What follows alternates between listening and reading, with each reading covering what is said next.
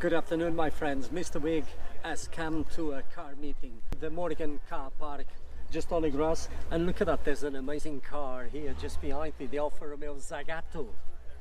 This car is so stunning. Actually, this car is based on an Alfa Romeo 75 that I was a big fan, but this is a limited edition and very expensive. Let me to tell you, I've seen awesome cars here just at the car park. Hello!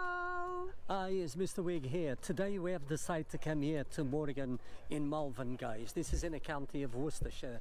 There's a car meeting here today with amazing cars. I have seen actually supercars and hypercars here already. Let's go. Let's go!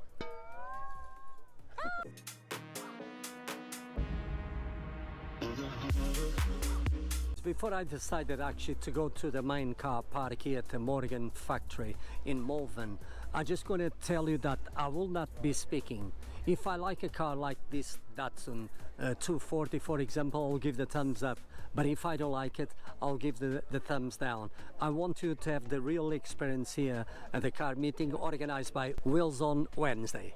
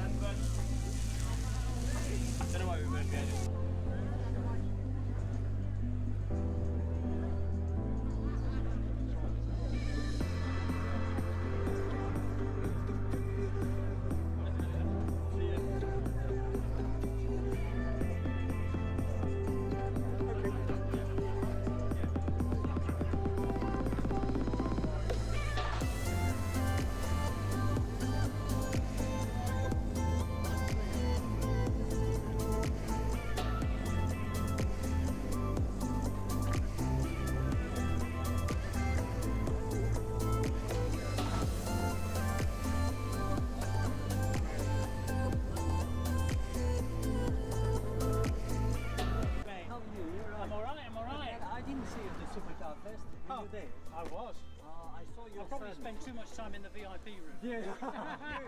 Look, I want the 12 or the 15 because the 13 doesn't work for me. It will give me a black eye. Robin, all the best. Thanks so much for coming. Okay, you're welcome.